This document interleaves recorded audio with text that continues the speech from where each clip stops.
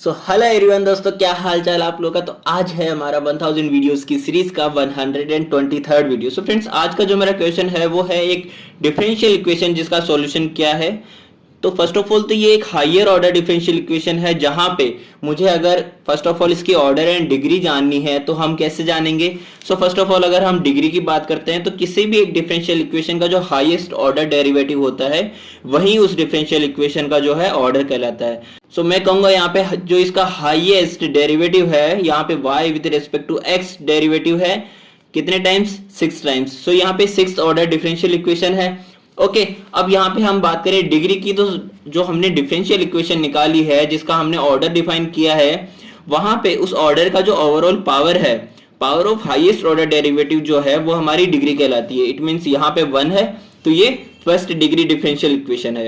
And अगर मैं overall एक इक्वेशन की बात करता हूँ हमारी डिफरेंशियल इक्वेशन की, तो हमारे पास RHS में इज इक्वल टू 0 है, जहां पे मैं कह सकता हूं कि अगर मैं इसके स्टैंडर्ड फॉर्म से कंपेयर करूं तो मेरे पास Rx इज इक्वल टू 0 है। इट मींस यहाँ पे x का ना ही तो कोई लीनियर टर्म है ना ही कोई क्वाड्रेटिक इक्वेशन है। तो यहाँ पे मैं कहूंगा कि ये अगर ऐसा हो कंडीशन तो हम होमोजेनियस डिफरेंशियल इक्वेशन कहते हैं।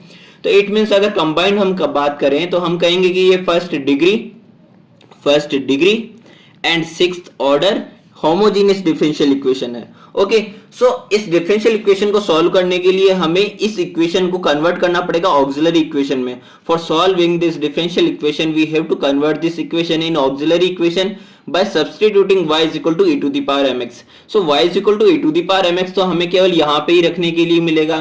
यहाँ पे तो हमें इसका डिफरेंशिएशन करके रखना पड़ेगा जो कि विथ रेस्पेक्ट टू x है। तो मुझे 6 टाइम डिफरेंशिएशन करना पड़ेगा y का with respect to x। It means अगर मैं इसका फर्स्ट डेरिवेटिव निकालता हूँ dy by dx तो मेरे पास आएगा m e to the power mx, क्योंकि एक्सपोनेंशियल का तो एक्सपोनेंशियल हो जाएगा, जो एक्सपोनेंशियल की पावर है उसका मेरे पास m होगा, क्योंकि x का तो x के रेस्पेक्ट में 1 हो जाएगा।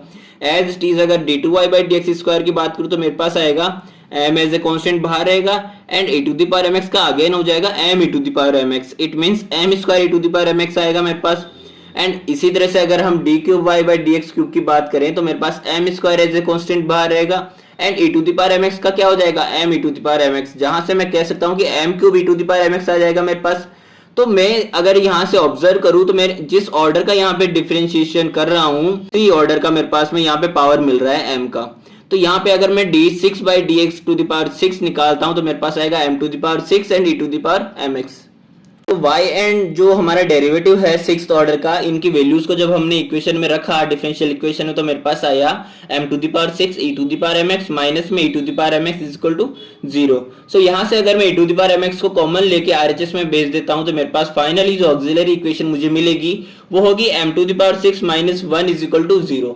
अब इसके हमें फैक्टर्स निकालने हैं फर्स्ट ऑफ ऑल तो, एंड देन उन फैक्टर्स से हमें इसका सॉल्यूशन फॉर्म करना है। सो यहाँ पे हमें इसका फैक्टर्स कैसे निकालने हैं, यहाँ पे देखिए m to the power 6 minus 1 है जिसको मैं लिख सकता हूँ m क्यूब का होल स्क्वायर माइनस 1 का square. It means a square minus b square है यहाँ पे।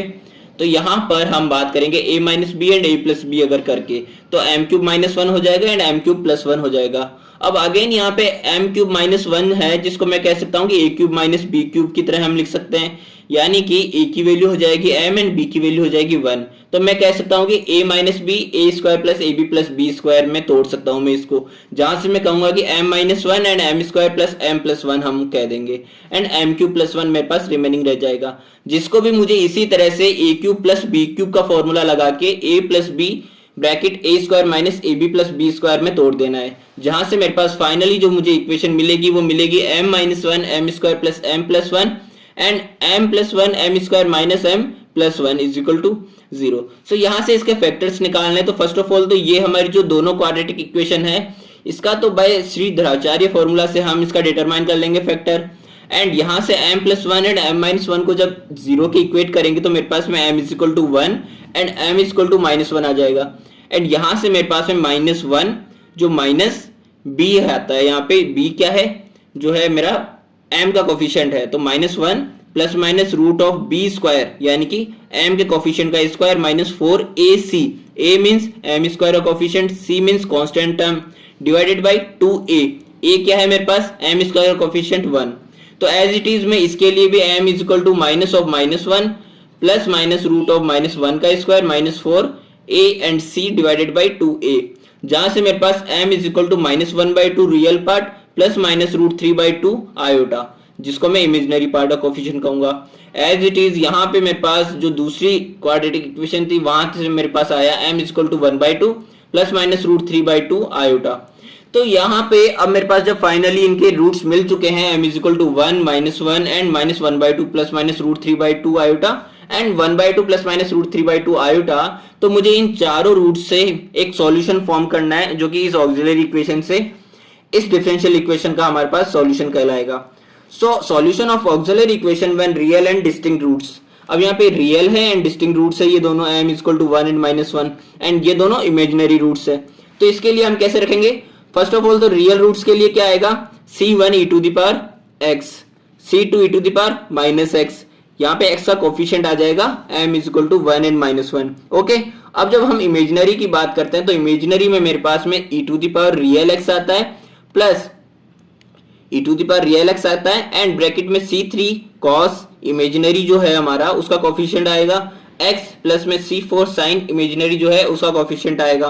ओके, तो मैं इसके लिए जैसे मैंने ये बात करी, इन दोनों के लिए हमें यही बात करनी है, तो मैं क्या कहूंगा फाइनली मेरे पास में e to the power x/2, यहाँ पे इसके लिए मैं बात कर रहा हूँ e to the power x/2 हो जाएगा रियल पार्ट का कोफिशिएंट 1/2, जो इसका कोफिशिएंट हो जाएगा c3 cos √3/2 and c4 sin √3/2।